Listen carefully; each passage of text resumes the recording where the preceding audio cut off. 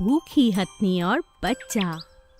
एक घने जंगल में बहुत से जानवर रहा करते थे। उन सभी जानवरों में एक हथनी भी थी जो गर्भवती थी और कुछ ही महीनों में उसे एक नन्हे हाथी को जन्म देना था और इसे पैदा होने में 22 महीने का समय लगता है। एक दिन हथनी पेड़ के नीचे आराम कर रही थी। अपने बच्चे के बारे में मन ही मन में बातें सोचकर मुस्कुरा रही थी। अब तुम जल्द ही इस दुनिया में आने वाले हो। ये दुनिया बहुत ही सुंदर है, रंगीन है। तुम जल्द ही बाहर आकर मेरा सहारा बनोगे। कितना मजा आएगा मेरे बच्चे। कुछ ही देर में हथनी की आंख लग गई और वो वहीं पेड़ की छाया में बैठी बैठी सो गई। उसके पेट से फिर से आवाज आई, उठो माँ, मुझे भूख लगी है, कुछ खाने को दो ना माँ। हथनी नींद से उठी और कुछ खाने के लिए निकल पड़ी। अब वो इधर उधर खाना खोजने लगी, लेकिन उसे कुछ भी खाने को नहीं मिला। कहीं भी खाना ना मिलने के कारण हथनी जंगल से बाहर चली गई, लेकिन वो जानती ना थी कि बाहर इंसान रूपी बड़े जानवर बैठे हैं। हथनी इंसानों की बस्ती में गई। वहाँ इंसानों ने उसको जो दिया, उसने इंसानों पर भरोसा कर उसे खा लिया। उन्हीं इंसानों में से कुछ निर्दयी इंसान भी थे, जिन्होंने उस हथनी को एक अनानास खिलाया। हथनी भूखी थी, इसीलिए उसने फटाफट से वो अनानास खा लिया और जैसे ही उसने अनानास खाया, उसके पेट में वो अनानास जो कि पटाखों से भरा हुआ था, फट गया। हथनी बेचारी बेहोश तकलीफ में गिड़गिड़ाती रही। उसे कुछ समझ नहीं आ रहा था। वो बस दर्द से चिल्ला रही थी, लेकिन उसे खुद से ज्यादा अपने बच्चे की फिक्र थी। मेरे बच्चे, क्या मेरे बच्चे को कुछ हो गया है? ये क्या हो गया मुझे? मैंने क्यों किसी इंसान पर भरोसा किया? मुझे माफ कर देना मेरे बच्चे। मुझसे बहुत बड़ी भूल हो गई। हथनी दर्द से कराहती रही, लेकिन उसकी मदद के लिए कोई नहीं आया। वो भागते भागते अपने जंगल में वापस पहुंच गई और एक तालाब के पास पहुंची। वो तुरंत तालाब के पानी में जाकर खड़ी हो गई। पानी में रहकर उसे थोड़ी राहत मिली। हथनी 2-3 दिन तक लगातार पानी में खड़ी रही। उसका मुंह पूरी तरह से जख्मी हो चुका था। वो ना तो कुछ खा पाती थी और ना ही कुछ पी पाती थी। माँ, इंसान हमें क्यों मारना चाहते हैं? हमने उनका क्या बिगाड़ा है माँ, बताओ ना। इससे पहले कि हथनी कुछ कर पाती, उसे आवाज आती है, माँ मैं ठीक से सांस नहीं ले पा रहा हूँ माँ। हथनी समझ जाती है कि अब उसका बच्चा नहीं रहा। हथनी कुछ ही देर में अपनी अंतिम सांस ले लेती है। वो भी अपने बच्चे के बिना तड़प तड़प कर मर जाती है। मालती का जादुई नारियल। रघु समुद्र किनारे अपनी पत्नी मालती के साथ एक छोटी सी झोपड़ी में रहता था। रघु बहुत गरीब था और खाने के लिए अक्सर समुद्र से मछलियाँ लाया करता था। सुनो जी, आज घर में खाने के लिए कुछ भी नहीं है। जाओ तो जरा मछलियाँ ही पकड़ कर ले आओ।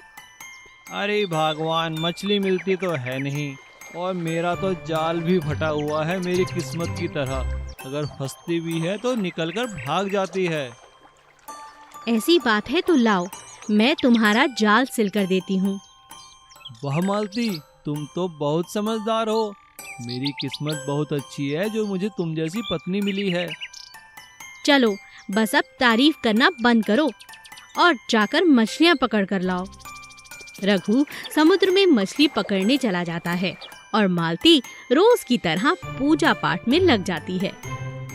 हे प्रभु, सालों से मैं आपकी तपस्या कर रही हूँ, अब तो हम पर कृपा कर दो। तभी मालती के सामने एक देवता प्रकट होते हैं। कहो पुत्री, क्या चाहती हो? आपके दर्शन पाकर मैं धन्य हो गई प्रभु। बस मेरी एक ही प्रार्थना है मेरी आपसे। ऐसी कृपा करो कि मेरे पति के पास काम भी हो और उससे हमें अच्छी आमदनी भी हो। मुझे यह जानकर बहुत खुशी हुई कि तुम्हें मुफ्त में कोई चीज नहीं चाहिए। तुम मेहनत से कमाना चाहती हो। ये समझदारी भी आप ही की देन है प्रभु। मैं तुम्हें वरदान देता हूँ कि आज से तुम और तुम्हारा पति जो भी काम करेंगे उसमें खूब धन पाओगे। उस दिन रघु को 4 मछलियां मिली। अरे वाह, आज तो 4 मछलियाँ फंसी हैं जाल में। मालती मछलियों को देखकर बहुत खुश होगी। आज मैं बहुत खुश हूँ। आज मुझे देवता ने भी दर्शन दिए हैं और उन्होंने हमें वरदान भी दिया है कि हम जो भी काम करेंगे उसमें हम बहुत तरक्की पाएंगे। अरे वाह, चलो इसी खुशी में आज मछलियाँ बनाते हैं। मालती ने जैसे ही मछली को काटा, उसके पेट में से कुछ बीज निकले।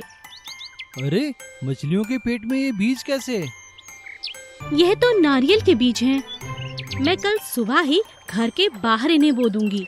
मुझे विश्वास है कि यह बीज हमें देवता की कृपा से ही मिला है। अगले दिन मालती ने वह बीज अपने घर के बाहर बो दिए। कुछ ही दिनों में मालती के घर के बाहर 10 बड़े-बड़े नारियल के पेड़ लग गए। देखो रघु, मैं कहती थी ना कि ये बीज कोई आम बीज नहीं, देवता की कृपा से ही मिले हैं। देखो, कुछ ही दिनों में ये बीज कितने बड़े पेड़ में बदल गए और इनमें अब नारियल भी लग रहे हैं। तुम कल इन पेड़ों पर चढ़कर नारियल तोड़ देना। अगले दिन रघु ने उन पेड़ों पर चढ़कर सारे नारियल तोड़ दिए और नारियलों को बाजार में जाकर बेच दिया। यह नारियल इतने अच्छे हैं, इनमें पानी भी खूब भरा रहता है। इनके दाम भी हमें बहुत अच्छे मिले हैं। मैं बहुत खुश हूँ। अगले दिन जब मालती बाहर आई तो उसने देखा कि नारियल उन्हीं पेड़ों पर फिर लग गए हैं। अरे वाह, एक ही रात में फिर से इतने सारे नारियल हो गए। चमत्कार हो गया। अब रोज सुबह खूब सारे नारियल उन पेड़ों पर लगते और उन्हें बेचकर मालती और रघु अच्छा जीवन व्यतीत करने लगे। वे दोनों हमेशा दूसरों की मदद में लगे रहते और भगवान की भक्ति में भी। जादुई हाथी। आलमपुर में रामू नाम का एक महावत रहता था। उसके पास गजराज नाम का एक हाथी था। गजराज बहुत ही समझदार और ताकतवर हाथी था। वह रामू के हर एक इशारे को समझता था। रामू भी उसका बहुत ख्याल रखता था। रामू गजराज को लेकर रोज सुबह जंगल में लकड़ियां काटने और बड़े-बड़े पेड़ों को उठाकर उन्हें जंगल से नीचे लाकर फैक्ट्री पर छोड़ दिया करता था। चलो भाई गजराज महाराज, काम पर चलने का समय हो गया। लो अपने गन्ने खाओ और काम पर चलो। रामू की हर बात का जवाब गजराज सूंड उठाकर दिया करता। रामू की और गजराज की दोस्ती की प्रशंसा सभी लोग किया करते थे। एक दिन जब रामू गजराज को लेकर जंगल लकड़ियां काटने ले जा रहा था, तो वहां से आती मशीनों की आवाज सुनकर वो दोनों हैरान हो गए। गजराज के साथ बाकी हाथी भी मशीनों की आवाज सुनकर परेशान हो गए। यह देखकर रामू ने कहा, अरे गजराज महाराज, परेशान क्यों होते हो? मैं तुम्हारे साथ हूँ, परेशान मत हो। रामू ने सभी महावतों से पूछा, अरे कमरू, तुम लोग हाथियों के साथ यहाँ क्यों खड़े हो? काम क्यों नहीं कर रहे? रामू, आज से हमारी छुट्टी ही समझो। देख नहीं रहे, अब मशीनों से काम लिया जा रहा है। कहते हैं कि हम लोग हाथियों पर जुल्म करते हैं और सभी हाथियों को एनिमल वेलफेयर वाले पकड़ कर ले जाएंगे। अभी सभी लोग बात कर ही रहे थे कि तभी फॉरेस्ट डिपार्टमेंट और एनिमल वेलफेयर वाले सभी हाथियों को पकड़कर ले जाने के लिए आते हैं। सभी लोग अपने हाथियों को छोड़कर इधर-उधर भागने लगते हैं, लेकिन रामू गजराज को छोड़कर कहीं नहीं जाता। क्या तुम इस हाथी के महावत हो? जी सर, ये हाथी मेरा है। ये हाथी मेरे बिना और मैं इस हाथी के बिना नहीं रह सकते।